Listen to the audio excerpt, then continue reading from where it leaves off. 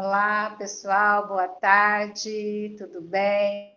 Semana passada nós tivemos uma pane energética, né, por conta da chuva, ficamos sem energia, ficamos sem internet, impossibilitada de fazer a live, né? Então, essa semana a gente vai fazer com mais carinho ainda do que a gente já faz todos os dias. Então, é um prazer estar aqui com vocês.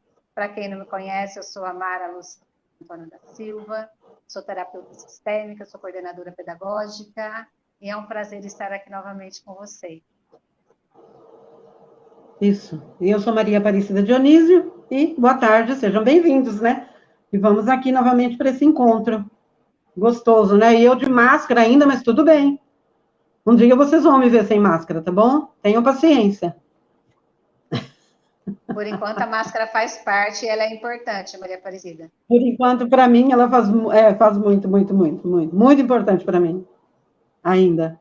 A gente está trazendo o tema, né, dos pais biológicos versus pais adotivos no contexto da sala de aula. Então, vamos falar um pouquinho a respeito dessa dinâmica, como que essas figuras dentro do ambiente escolar, como que isso funciona. Sim. Antes da gente comentar um pouquinho, vamos falar que essa semana a gente tem, na sexta-feira, o nosso trabalho de prosperidade, né? E a gente convida a todos que tiverem interesse em conhecer um pouquinho, né? E foi tema também de uma live nossa, a mãe e a prosperidade, né? Qual a relação? E a gente nós vamos nos aprofundar um pouquinho mais nesse trabalho na sexta-feira, no Espaço Maradeva. A Mara sabe melhor onde fica, depois ela dá o endereço. Eu sei que é em Mogi, mas eu não sei o endereço.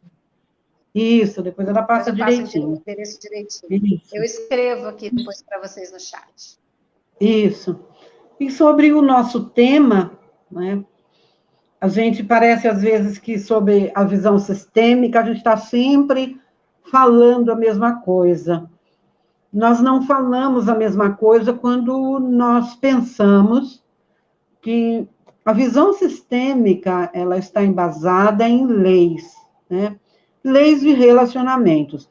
Leis até um pouco questionada por aqueles que, não compreendendo profundamente, não entendem que uma lei não depende da minha crença nela, para que ela exista, para que ela aconteça, para que ela funcione, para que ela se dê na sua vida. Lei é lei, né? E, em geral, a gente diz lei é para ser obedecida, ela acontece e pronto, ela existe e pronto. E nos relacionamentos também existem leis, né? Tal seria, não existissem as leis, não seria possível viver em sociedade, né? A exemplo disso, a própria sociedade que se auto-organiza, que se organiza, né? O ser humano se organiza para viver com ele, com o outro, e a sociedade também se organiza para que nós possamos viver juntos. E a mesma coisa, essa questão dos relacionamentos. E aqui hoje se trata de relacionamentos de pais e filhos, né? Pais biológicos, filhos adotivos. E como a gente fala disso? A primeira coisa que a gente deve olhar quando se fala de pais adotivos é a questão da função, né? À tarde hoje, pouco antes aqui agora do nosso programa, eu estava ouvindo alguém falar, uma pessoa falar, eu estava num certo lugar público e alguém estava falando, me parece que essa pessoa, pela conversa, tem um filho adotivo, e ela falava da mãe, julgando, falando muito mal e brigando, e tomando para ela um julgamento, e a criança na mão dela, só olhando assim para a cara da criança pequenininha, né? Só olhando para cima, não entendendo, mas sentindo. Nós esquecemos que quando se trata do humano, quando se trata do ser humano, a criança pode não entender, mas ela sente. Então, eu olhava a carinha dela e eu não podia falar nada, né? O assunto não estava dirigido a mim. A criança estava sentindo. Ela olhava com profunda perplexidade para o que ela estava ouvindo, porque ela sentia nela o que estava sendo dito dos pais. Então, o que eu quero dizer com isso, né? Na questão das leis e na questão dos relacionamentos, pais adotivos e pais biológicos, deve haver, a primeira coisa, respeito dos pais adotivos para com os pais biológicos, né? Por mais que a gente conheça a história, por mais que a gente ache que houve um abandono, a gente nunca sabe a história profundamente. A gente nunca sabe a história contada por eles ou sentida. Nós não sentimos, nós não estávamos lá. A gente ouviu falar, a gente às vezes não presenciou, e ouviu falar e sai por aí julgando. Esse é um aspecto que deve ser olhado. E esse aspecto, ele vai atingir a criança diretamente, e esse aspecto vai ser percebido na sala de aula.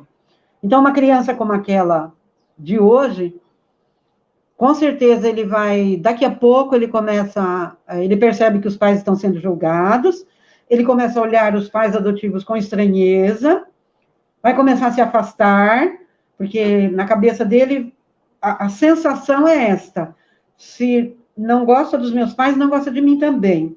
E isso vai criando um campo de afastamento nessa criança. E o que vai acontecendo na escola?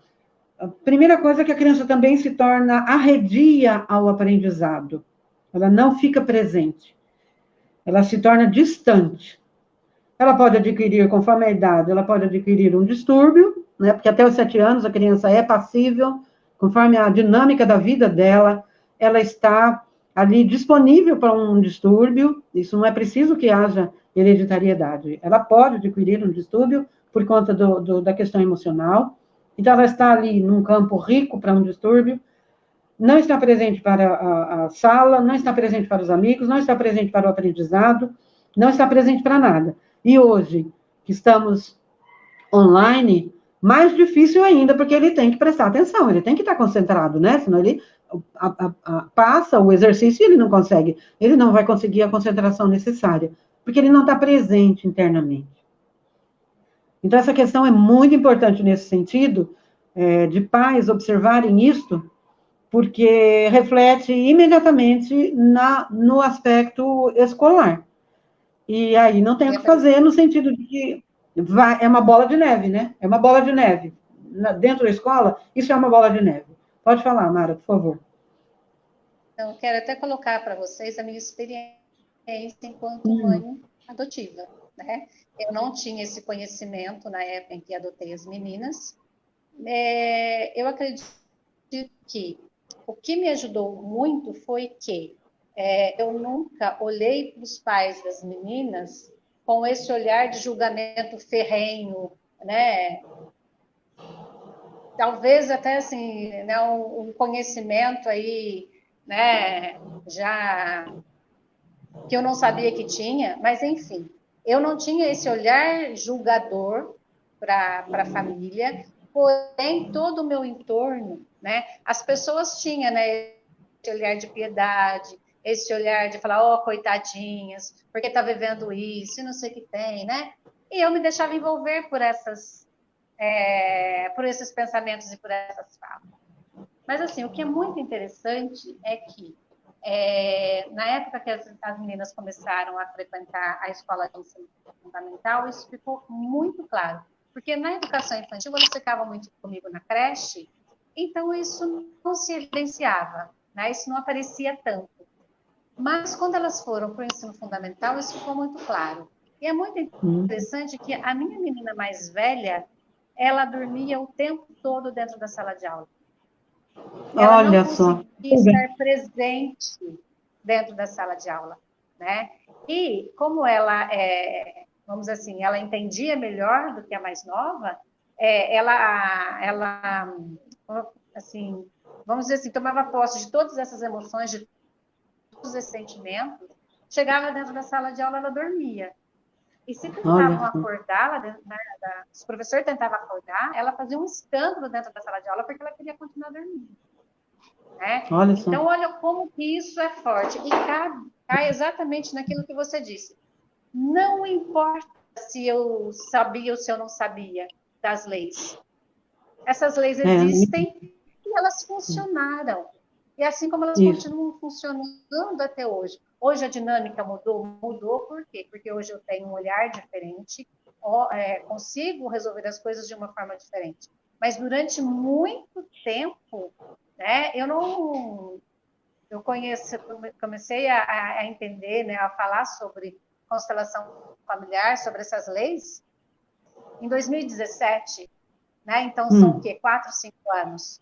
E durante todo esse tempo antes, eu estava vivenciando essas leis sem esses conhecimentos, né? E não sabia. Como isso é forte, não sabia. Exatamente. Como isso é forte, como isso acontece, como isso influencia, independente dos nossos conhecimentos ou não. Deixa eu só dar um exemplo para a Beatriz, que está aqui com a gente, a Clio, a Silvia Longato. Sejam muito bem-vindas, meninas. Se vocês quiserem fazer perguntas, por favor, sintam-se à vontade, tá bom? Nossa live fica muito mais rica se vocês participarem.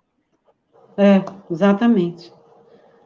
Isso que você fala é muito forte, e é dessa forma mesmo. Aí você imagina um universo numa escola, numa classe, né, seja ela presencial, seja ela online, numa sala onde tem 30 alunos e 3, 4 são adotivos, o que vai acontecer na cabeça deles? Porque eles olham o outro, né, o coleguinha, e vê a dinâmica da vida do colega, né, e vê a dinâmica da vida dele.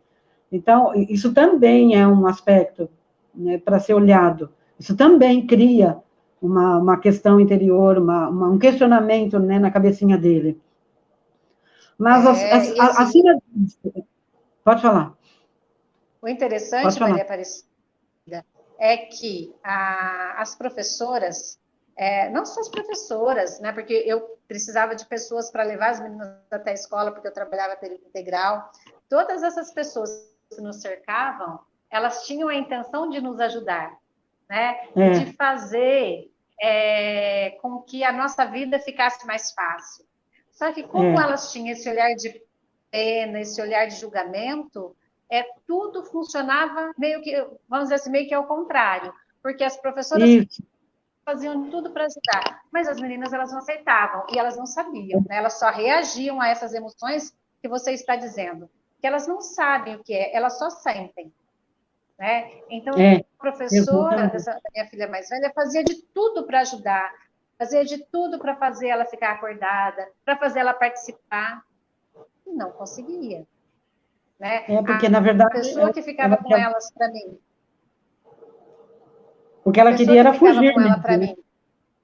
Exatamente, é bem isso. Ela queria fugir daquele lugar onde ela se sentia tão oprimida. Né? Isso. A pessoa que ficava com elas para mim, a mesma coisa. Queria tratá-las como se fossem filhas, né? Esse cuidado de filha. Mas o resultado também não era bom. Por quê? Porque as meninas não conseguiam respeitá-la, né? Respeitar essa pessoa. Por quê? Qual que era o sentimento delas? Que elas não conseguiam nomear, mas ela não é minha mãe.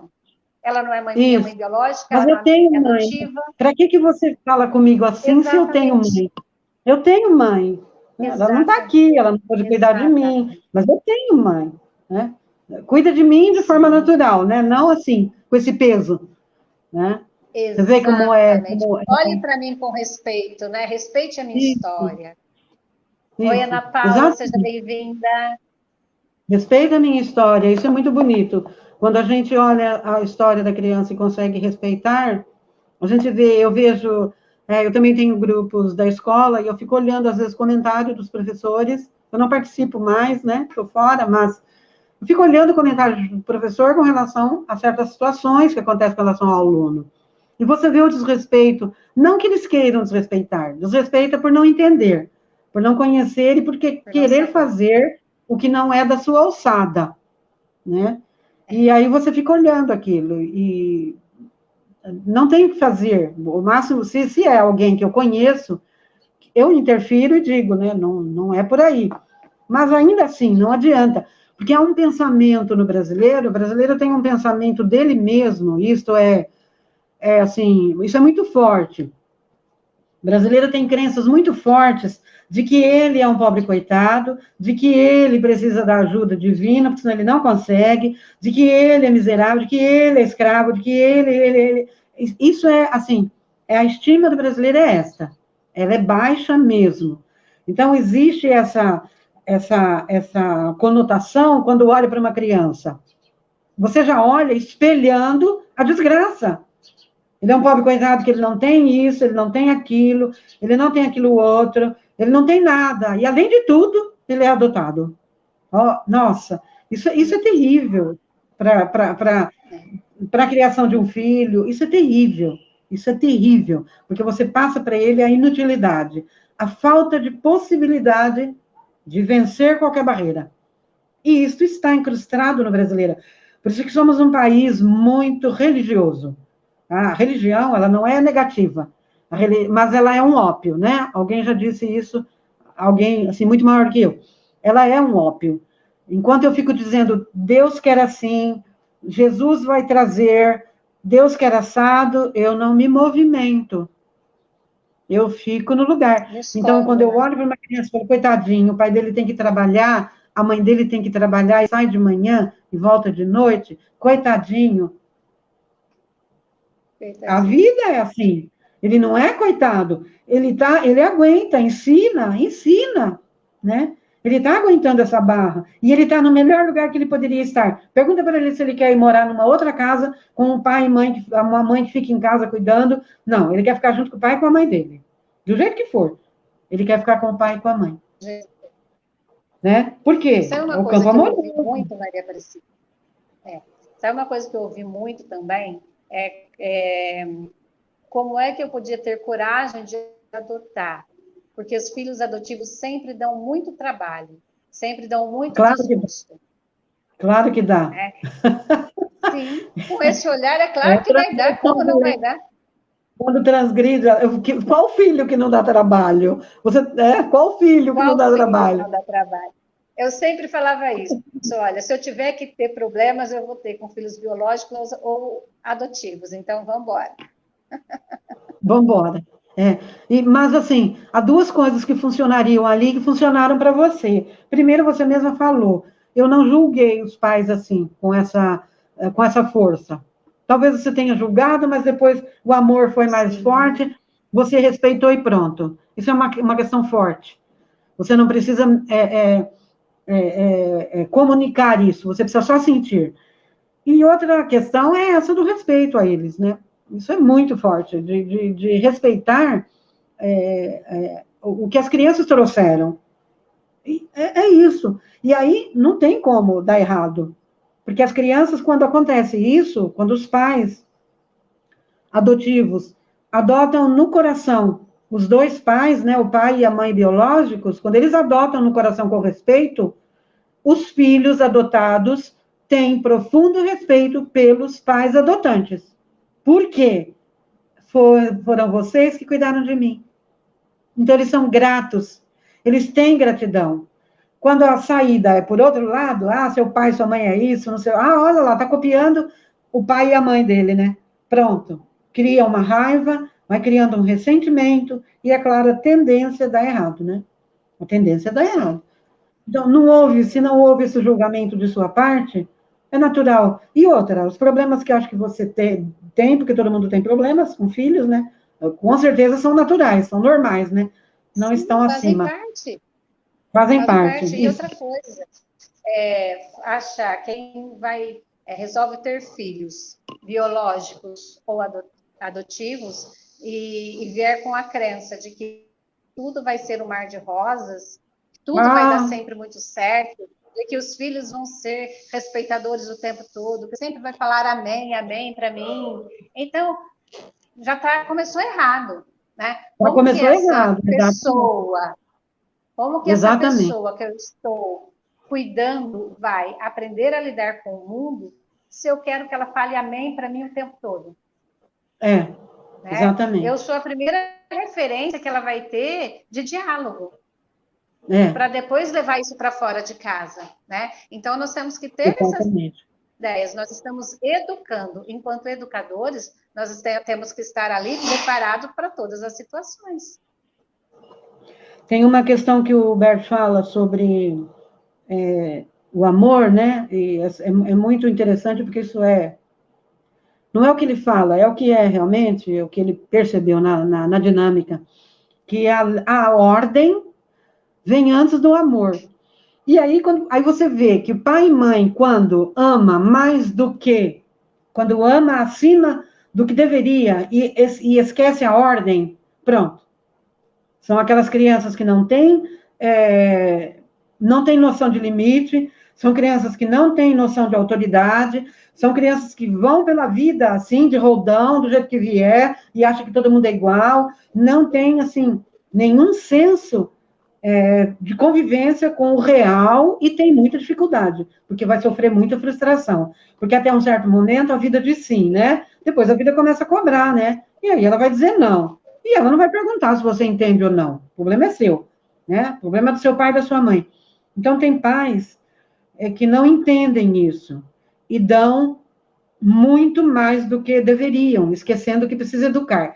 E que para educar, nós estávamos conversando esses dias com uma pessoa e ele disse assim: quando você falou para mim, Maria Aparecida, que a minha menina não podia mais dormir comigo e com a minha esposa, não é a mãe, ele casou em segundas núpcias, não podia mais dormir entre nós, eu falei, meu Deus, ela é muito ruim, e eu também. Eu não vou conseguir tirar a minha filha dali.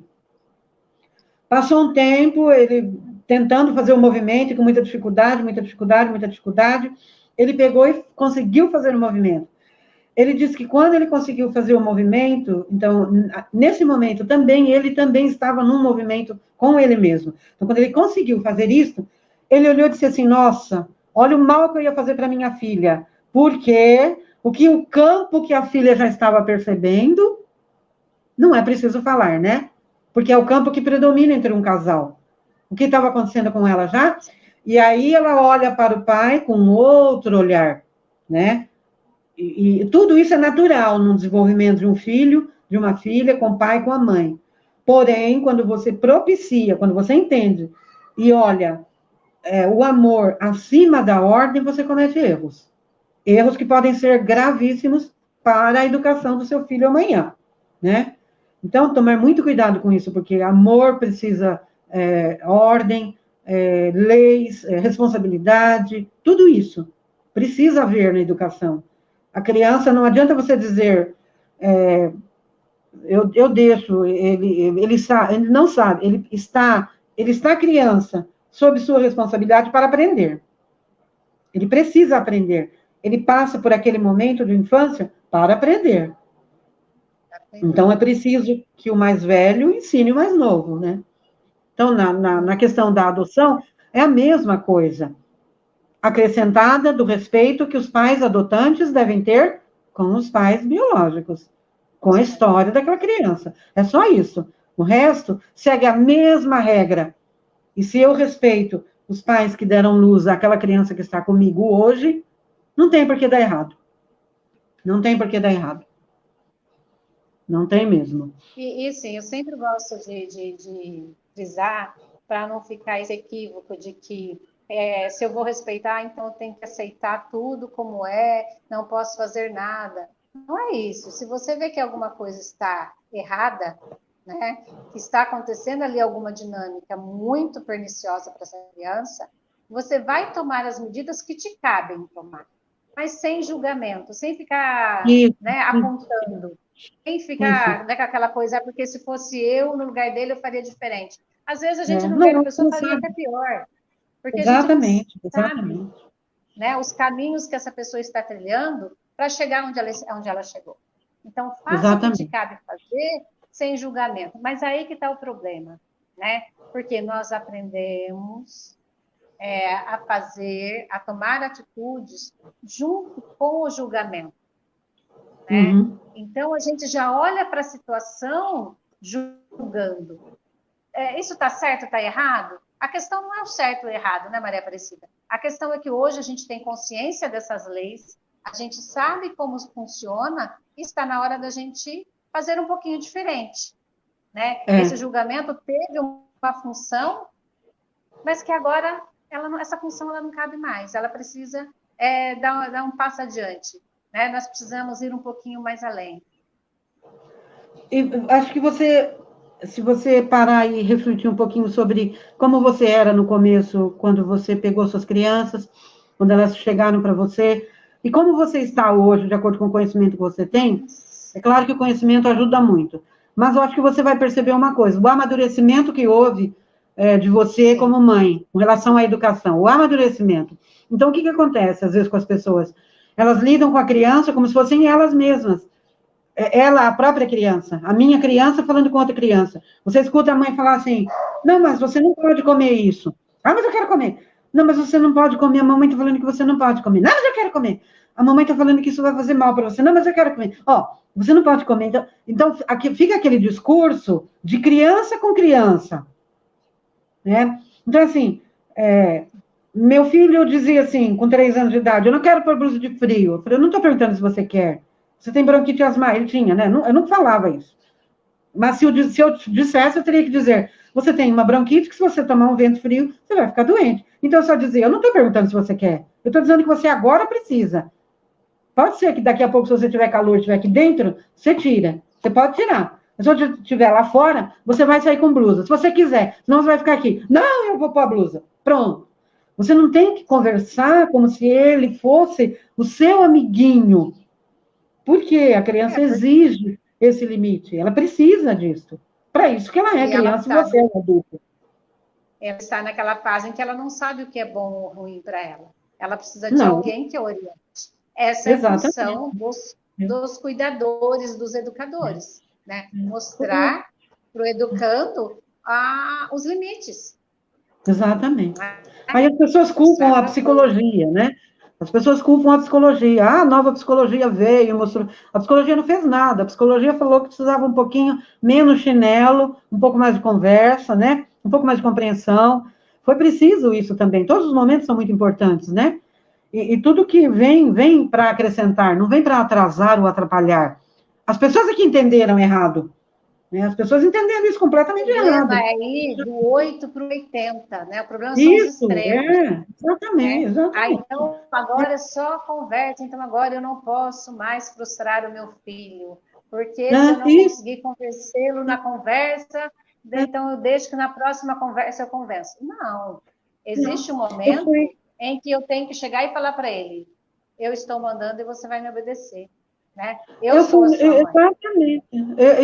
Isso. Eu fui numa reunião dele uma vez, ele falou, ele teve a paixão de dizer para mim, o que você está fazendo aqui? A reunião é minha.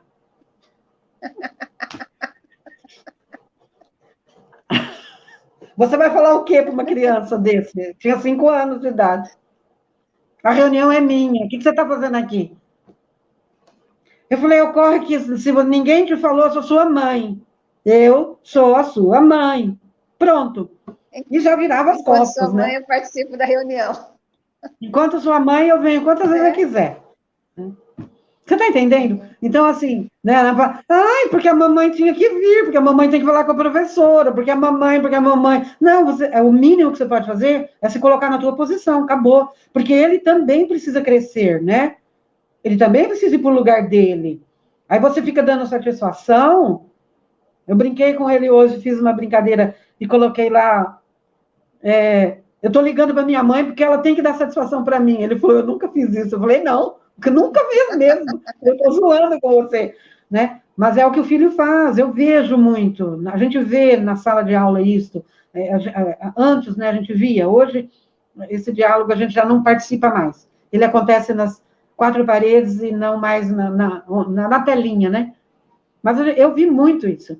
Eu ficava estarrecida de ver. O filho de 9 anos falou para a mãe, eu vou falar com você quando eu chegar em casa. Eu falei, cara, 11 anos. Eu falei, nossa. Inverteu. Isso, eu vou falar com você quando eu chegar em casa. Eu quero saber o que você veio fazer aqui. Olha só. O que é isso? O resultado desse diálogo. Aí eu fico imaginando a postura interna dessa mãe. Ele é adotado. Para aceitar essa fala. Essa criança era uma criança adotada, tá? Foi adotado bem bebezinho, tá? Então você olha isto, aí você fala. Aí as pessoas vão dizer assim, porque ele é adotado. Não é isso. Existe uma dinâmica toda aí.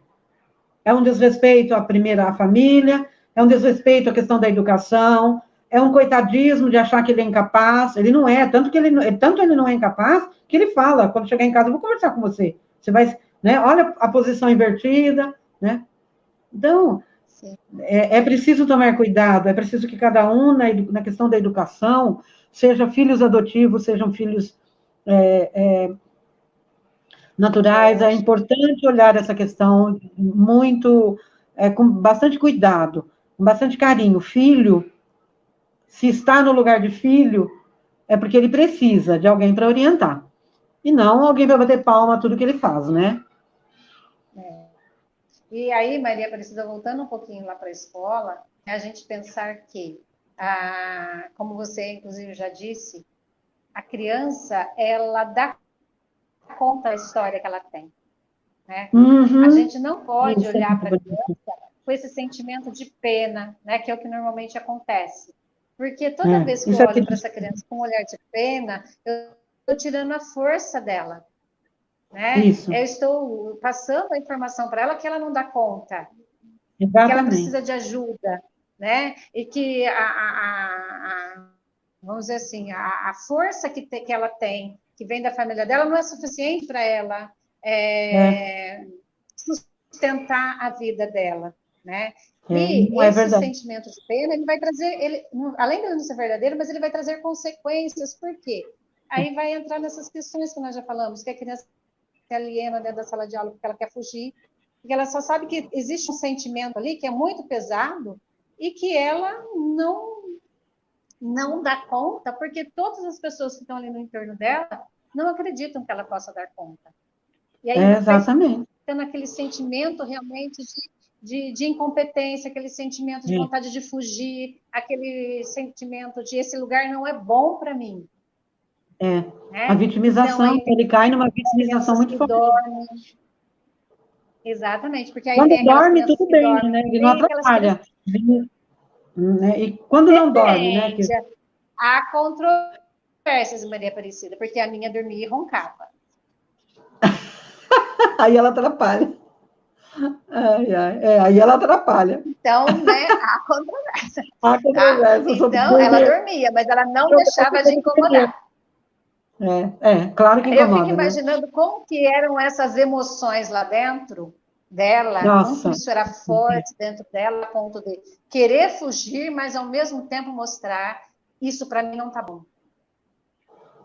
Né? Porque eram ali dois sentimentos antagônicos, né? Porque eu quero fugir, exatamente, mas eu também quero mostrar para você que você está me incomodando demais da conta. Né? Então, a gente tem que ficar atento a todas essas dinâmicas. Está acontecendo alguma coisa dentro da minha sala de aula? Deixa eu olhar para essa criança, além daquilo que está se mostrando. Como que está o meu olhar para essa criança? Como que está o meu sentimento para essa criança? Eu estou olhando para ela com julgamento, estou julgando os pais dela, ou estou olhando para ela com pena? Porque um desses dois sentimentos está permeando aí essa relação para as coisas começarem a dar errado. Vamos dizer assim, é o pontapé inicial para as coisas começarem a desandar. A dar errado, exatamente. E é tão fácil, é tão simples, né? É só respeitar o outro, né? O respeito ao outro é fundamental. Respeito à criança, a criança é o outro, né? Então, respeitar a criança enquanto criança, ela é capaz de aguentar aquilo. O respeito aos pais, no caso de pais adotivos, o respeito aos pais biológicos. Não tem como negar que essa criança veio de algum lugar, veio de dois, né, de um pai e de uma mãe. Não adianta negar isso. Não adianta dar a desculpar, mas eles fizeram isso. Isso daí é detalhe. Isso para a vida, né, para o universo, isso é só um detalhe, não importa, eles estão aí. Né? E se não for você a cuidar, alguém vai cuidar. Vai ter outra pessoa. Então, vai ter outra pessoa, né? Porque o universo sempre dá um jeito, né? Parou aqui. Não parou aqui. Se não for eu, alguém vai vir, né? Então, não vamos achar que nós somos os salvadores do mundo.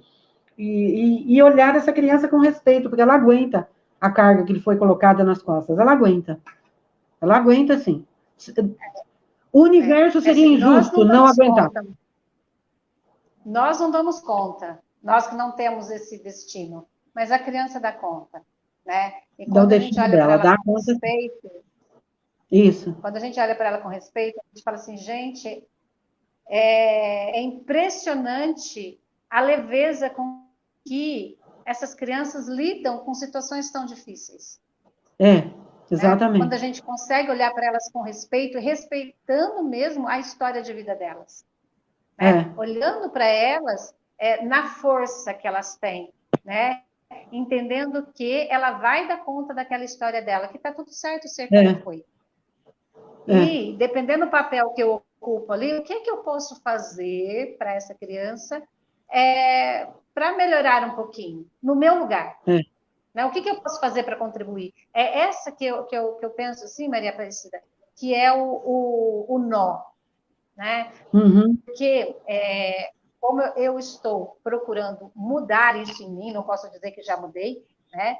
Já dei assim vários passos, mas essa uhum. necessidade de ser o salvador do mundo, né?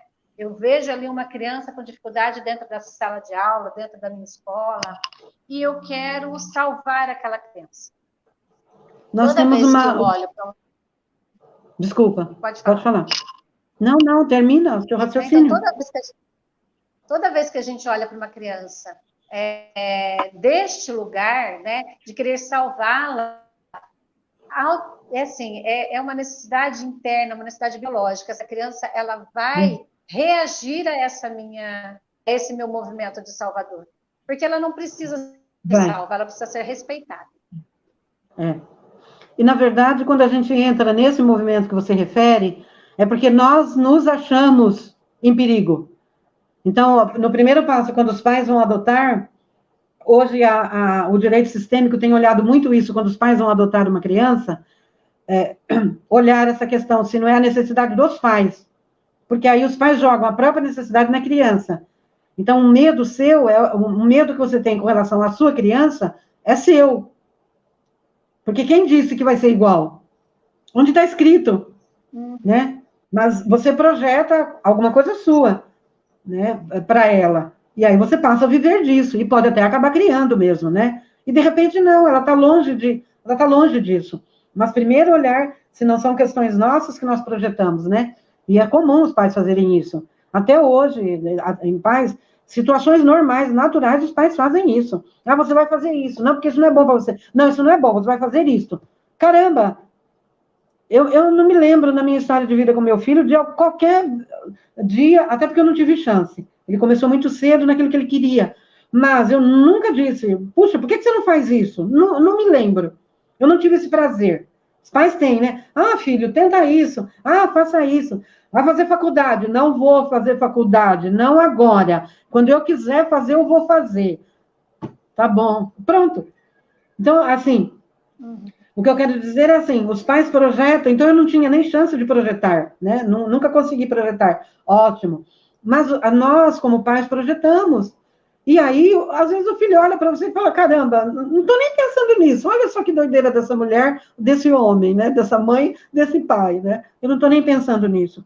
Olhar se não é uma frustração, se não é um medo seu, se não é uma necessidade sua, né? Se você não tem entonizado em você o seu pai e a sua mãe, você vai olhar a sua criança como alguém que não vai aguentar, porque você também já está sentindo o peso. Aí você joga. Então, isso é muito sério. Isso funciona mesmo, isso a gente vê todos os dias essa dinâmica e as pessoas não se dão conta e acham que a vida é a mesma assim. Não, a vida não é assim. Se você olhar, vai perceber que não é assim. Mas se tá bom para você assim, a gente respeita, né? Cada um leva a Mas, vida do jeito que dá conta. Pode ser mais leve, né? Pode isso, ser mais pode ser leve. mais Agora, se você leve. quer continuar carregando peso, o mundo Isso, inteiro nas costas, o universo inteiro isso. nas costas, tudo bem, a gente permite, tá tudo Fique à certo. vontade. Nós não Tá tudo vamos certo. impedir. A gente aqui De não está para jeito impedir nenhum. nada. E veja, Não. você veja só que coisa maravilhosa. A visão sistêmica entrou no planeta num momento onde as pessoas começaram a olhar os próprios pesos. E aí vem um segundo momento onde a gente fica preso dentro de casa para se olhar. Você não tinha olhar, você não tinha lugar para olhar. Você olhava para seu marido, que é o seu espelho. Olhava para seus filhos, que são as suas projeções. Então, você estava ali com a sombra, você estava ali com tudo. Você tinha que olhar para você. Não tinha saída, né? Então, assim, o caminho de evolução que o planeta traz, que o homem vem fazendo, é maravilhoso. Quando a gente olha a visão sistêmica, eu sou uma apaixonada, por isso não posso falar muito, mas quando a gente olha, você vê que tem tudo a ver com o nosso crescimento. Então, é o que a gente acabou de falar. Se você quer, você disse, eu já errei fazendo isso. Hoje, eu olho, eu estou procurando diminuir, estou trabalhando nisso, naquilo. É isso. Você não está tentando ser perfeita. Você está tentando ver onde é que você pode melhorar. É isso. Né? Onde eu posso carregar Um menos passinho de peso? cada vez. Um passinho de cada vez. Onde eu posso carregar menos? Estou querendo carregar pela minha filha? Opa, peraí, não posso. Tenho só. Eu vou. Olha, filha, você está doendo? Eu estou com você, ok? Carrega para mim, mas é seu, eu não posso. Você falou de uma situação, né? Do tipo, vem, eu quero ir junto de você, você disse, não posso. Tem alguém aqui que acha que está tudo certo. Então, eu tenho que concordar. Você tomou o caminho certo, porque ela tinha que carregar o que era dela. Você não carregou junto com ela. Você apenas esteve junto na dor. Então, assim, eu estou aqui. E Meus como braços foi estão bom, abertos. né? Isso, Olhando isso, agora, depois de ter percorrido todo esse caminho, a gente vê como foi bom, porque evoluiu, cresceu, está mais adulta, isso, está mais isso. resolvida, está olhando para a vida de um outro lugar, né? De um lugar Olha só. mais adulto, né? Isso, Coisa que isso, antes, debaixo das minhas asas, eu não permitia isso, que isso acontecesse. isso. Exatamente. Então, aí tem aquela frase, né, de uma certa novela aí, que tudo que acontece de ruim na vida da gente é para melhorar. Quando a gente Isso. tem esse olhar É, de que né? tudo traz uma lição, né? Vamos É, estar atento ao aprendizado que vem junto com aquela dificuldade, né? isso. Alguma coisa eu tenho para aprender ali. Então, vamos olhar para ele. Se eu estou com um aluno muito difícil na minha sala de aula, o que é que essa criança está tentando me mostrar que eu não estou querendo ver? Não Isso. é? Essa é a pergunta. Então, Isso, vamos olhar além. Né? O que tem na exatamente. história de vida dessa criança que me afeta? Por que me incomoda tanto? É. Tem uma Isso. historinha ali que tem a ver com a minha. Exatamente. Muito bem colocado. Muito bem colocado. Tem uma história que tem a ver com a minha. E aí vamos olhar um pouco mais, né? Eu olho para a criança um pouco mais profundamente e vou me ver, né? Então, é isto. Que fique, assim, a dica para os pais, né, adotivos, sobre a questão do respeito, sobre a questão de si mesmo, né, de não projetar no outro aquilo que é dor dele, que é o que ele vivenciou. Não adianta, porque não vai ajudar, muito pelo contrário, ele vai criar uma situação de angústia, de ansiedade na criança, e não precisa, porque a vida não tem intenção ou interesse em nos fazer sofrer. Nós é que, não aceitando a realidade que está aí, dizendo não, não, não, não, não, criamos os problemas. Né? Nós é que criamos esses problemas. Então, olhar a realidade como ela é. Porque a realidade não vai vir e falar para você, olha, eu estou assim hoje, mas amanhã eu vou mudar. Não, eu estou assim hoje, amanhã. Se você não mudar, eu estou assim hoje, amanhã, depois. É você que tem que mudar. E aí eu fico esperando a vida mudar, né? Então, vamos olhar para isso, né? Vamos olhar para isso dentro de nós. Quando a gente começa a compreender que não é a vida e o outro que muda, e sim sou eu não vou dizer nem que fica mais fácil, Maria Aparecida, mas fica possível. E fica possível. Né? Isso. Porque aí eu começo a compreender que não Fica adianta eu possível. esperar que o outro mude. É. Né? Não adianta eu esperar E aí que você aquela muda o realidade foco. ali da minha escola. Não adianta eu Você querer que a mudou o mãe do meu foco, aluno acabou o mude. interesse. Mudou o foco, acabou o interesse. De repente você olha e fala, caramba, ele mudou. Não, não foi ele, é você. Mudou o Você foco. Você fica em cima. mudou. Nossa, porque minha mãe, nossa, porque meu pai, nossa. Muda, olha para você um pouquinho, esquece um pouco isso daí, ó. Respeita tudo isso, acabou. Você muda o Acabou. foco. Quando você olha de novo, oh, caramba, a criatura mudou, hein? Olha como está diferente, né? Aí você vai ver que não foi a criatura que mudou, foi você que mudou, né? Olha que delícia. E porque aí a sua vida vai ficando menos pesada, né? Porque você para de Mais carregar o fácil. peso do outro, né? Você para É mais de fácil. carregar o peso do outro.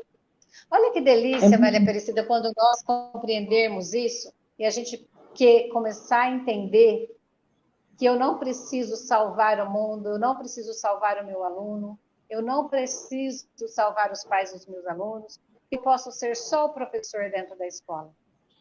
Que independente da história de vida que meu aluno tem, ele dá conta que está tudo certo e que lá dentro eu posso ser só a professora. Olha que maravilha!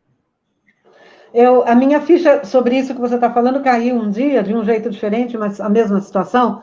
Quando eu olhei o mundo e pensei, eu falei, peraí, eu vou ter, digamos que eu tenha 60, 70 anos de vida, eu vou morrer. E tudo que está aí vai continuar, do mesmo jeito.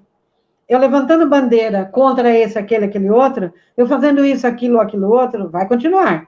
Eu brigando com pai, com mãe, as coisas vão continuar. Eu é que estarei fora desse cenário. Então, desde que o mundo é mundo, as elucubrações eu fazendo, né? Desde que o mundo é mundo, isso é assim. Eu acho que eu vou mudar agora. Alguma coisa tem que mudar, mas eu acho que eu estou olhando errado. Aí que eu voltei o olhar para eu mesma. Aí eu olhei e falei, alguma coisa precisa mudar. Não é o mundo que vai mudar. Então eu passei a procurar o que é que precisava mudar, né? E aí a gente vai encontrando os caminhos, né? Mas é exatamente isso que você está falando. Não é o outro. É aqui dentro. Porque nós vamos passar, nós vamos sair, né, de cena, e a vida vai estar aí do mesmo jeito. As pessoas vão continuar desse jeito, tudo vai ficar do mesmo jeito até que o último ser humano aprenda, né? Vai continuar. Sim, vai. Até que o último aprenda. E só vai mudar para aquele que fizer essa mudança interna. Isso. Né? Então, depende. Assim, é muito interessante que você olha para a mesma paisagem, né? E tem pessoas que enxergam o dia lindo. E tem outro que para ele tudo está ruim, tudo está estragado. Né?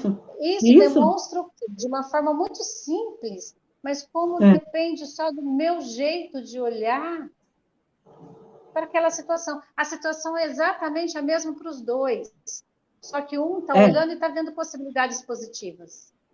Isso. E o outro está olhando e está vendo as possibilidades negativas. Né? É o que a gente falou da realidade. Vai sair, a realidade vai sair. Ela não vai mudar, é você que tem que mudar. Né? Você que tem que olhar com esse olhar que você falou. Começar a olhar para nós.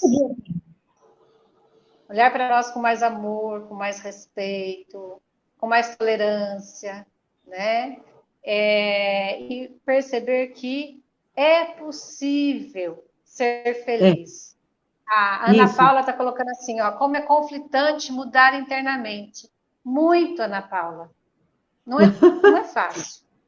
Não é fácil. Sabe por que é conflitante? É legal isso aí que ela fala. E é interessante fazer uma live só sobre o que a Ana Paula falou. E a gente pode marcar aqui agora, Mara, e fazer uma live sobre os conflitos internos para uma nova postura. Porque onde é que eu entro em conflito? Né? Quando eu exijo que a mudança seja radical. Quando eu olho como sendo um fator predominante ou preponderante para que eu seja feliz. E não é assim que funciona. Eu não consigo mudar, eu não consigo dormir Maria Aparecida e acordar, né, Maria José. Não tem como. Eu vou continuar acordando Maria Aparecida. Eu posso acordar mais tolerante? Posso. Né? Se eu fizer um exercício de meditação uma noite antes, se eu entender que eu sou intolerante, se eu começar a analisar e a ver, olha, eu posso mudar aqui, né? Então, eu vou começar por aqui. Eu não posso mudar tudo, mas essa parte eu posso. Então, eu vou começar por aqui. É legal isso aí que ela falou para a gente trabalhar numa única live. Porque quando a gente começa um processo de mudança, o conflito vem, porque eu mexo com sombra, eu mexo com questões que estão muito quietas lá dentro. E aí eu vou querer mexer. E aí, né? Alguém vai reclamar. E assim, é muito interessante isso, porque para nós mudarmos, a gente tem que sair da nossa zona de conforto. Isso. Aí o nome já fala, conforto, é tão bom ficar ali naquele lugar. Nossa, é tão mais fácil eu falar que o meu problema é por causa da Maria Aparecida. Isso, Que eu exatamente. Pois seria é, muito mais feliz se a Maria Aparecida não existisse, ou se ela fosse isso, diferente, né? isso, Por quê? exatamente. Quando eu entendo que o problema, a Maria Aparecida pode ser o que a Maria Aparecida quiser ser, e que tudo vai depender de como eu lido com a minha história, nossa, olha que difícil isso, porque aí o problema deixa de ser o outro, o problema passa a Exatamente. ser eu. É a E responsabilidade, aí é né? difícil Isso é mesmo, responsabilidade. Isso é responsabilidade. E responsabilidade. assumir a responsabilidade pelos erros e acertos não é fácil. Assumir por acertos é legal, ótimo, eu acertei. Mas você assumir pelos erros, você olhar e falar, caramba, aqui eu errei, e não há o que fazer, né? Uhum. É difícil. Mas é só assim que nós crescemos, né? E é fortalecedor isso. É fortalecedor. Isso é É, fortalecedor. é assim, interessante que cada passinho que a gente dá vai ficando um pouquinho menos difícil, né? Eu sempre Isso. comento, mais parecida, que quando eu olho para a Mara de um ano atrás, quando começou a pandemia, eu estava começando a fazer reuniões para falar de educação sistêmica, e eu olho para a Mara hoje fazendo live, eu falo assim, nossa, como a Mara evoluiu, não é É. mais a mesma Mara, né? E é aquilo que nós vínhamos conversando um pouquinho antes de a gente entrar na live. É fácil para mim? Não é fácil, continua sendo difícil. Continua sendo Aham. difícil, mas Uhum. bem menos difícil do que há um ano atrás. Hoje eu já É. consigo entrar na live, a gente conversa, a gente É desenvolve isso. o tema, a gente interage com as pessoas que estão participando com a gente. Mas isso não quer dizer que seja fácil, né? Mas a gente Exatamente. vai se superando, a gente vai se superando. Por quê? Porque eu Isso. compreendi que isso não vai depender de ninguém, vai depender somente de mim. Se eu vou querer enfrentar esses meus medos ou não. E É. conforme a gente vai enfrentando Exatamente. esses medos, a gente vai evoluindo, a gente vai crescendo, a gente vai superando. E aí vai aparecendo outros medos no meio do caminho, Sim, sim, né? sim. Tá tudo certo, faz Exatamente. parte. É isso mesmo. Eles não vão parar. À medida que você se. É só quando você atingir níveis de segunda camada, níveis de consciência altíssimos, muito sutis. Enquanto a gente estiver nesses de sobrevivência, os medos existirão. Mas o que é medo, né? É a dificuldade que o ser humano tem de lidar com aquilo que ele não conhece. Nós vamos lidar o tempo inteiro com coisas que nós não conhecemos, né? A realidade a gente não conhece. Eu não sei o que vai acontecer daqui a 5 minutos, mas eu fico achando que a minha permanência é capaz de achar que vai estar tudo bem. De repente, não, né? Pode acontecer aí, sei lá, alguma coisa aí, né? Eu estava em São Paulo uma vez e morando em São Paulo, com um apartamento em Peruíbe, e eu olhei a televisão. Mas olha, foi uma coisa assim, na televisão, caramba, é o meu apartamento. É o meu apartamento. Eu saí assim, falei, não acredito.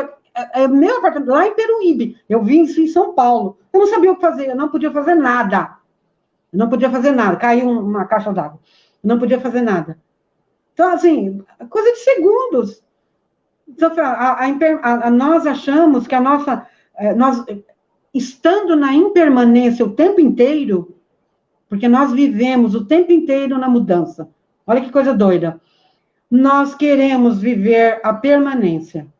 Então, vivendo essa mudança o tempo inteiro, a gente quer que as coisas permaneçam sempre do mesmo jeito. Brincando, né? Como já dizia o filósofo, os meus amigos maravilhosos, você está zoando com a minha cara, né? Aqueles filósofos de Tá, ó, 18, 17, 14 anos lá do ensino médio, né? Você está zoando com a minha ensino cara, né, médio. Pro? Você está zoando, né, Pro? Ó, Então, assim, a Rosana nós vivemos Zanqueta, essa dialética o tempo inteiro.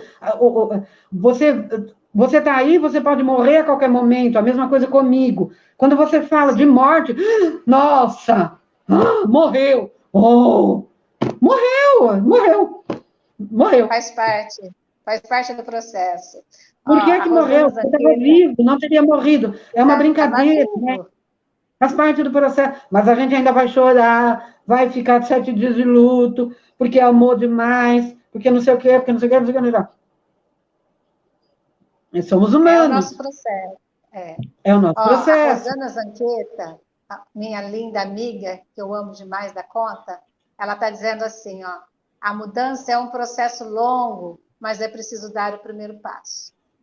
Sim. E E quando... a Mel, temos mais, ó. A Mel colocou assim, ó, oi meninas, muito me honra estar evoluindo com vocês. Ah, que E a linda. Clio, e tem somando com o medo o sabotador. Pronto, fechou. Isso. Aí agora Fechou. pronto, arrebentou com tudo.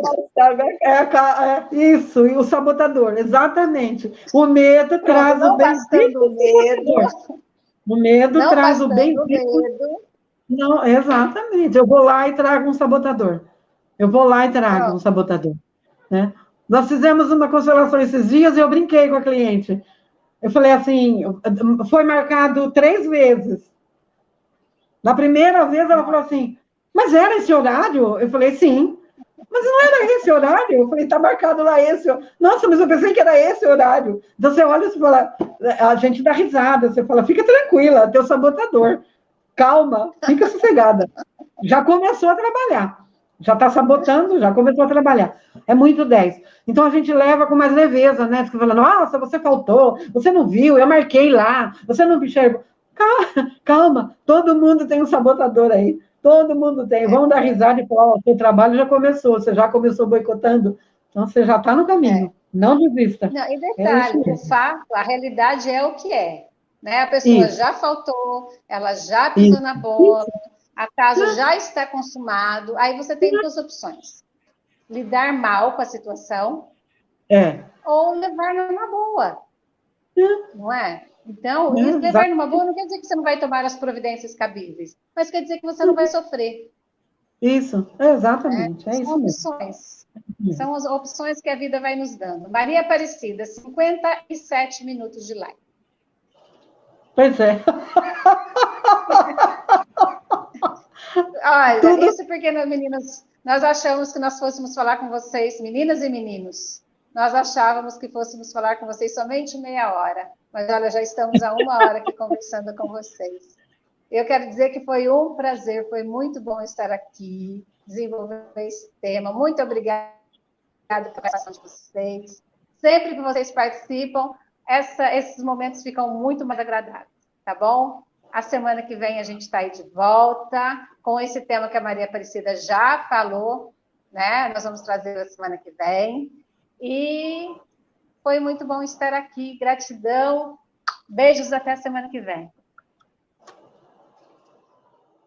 Tchau, gente.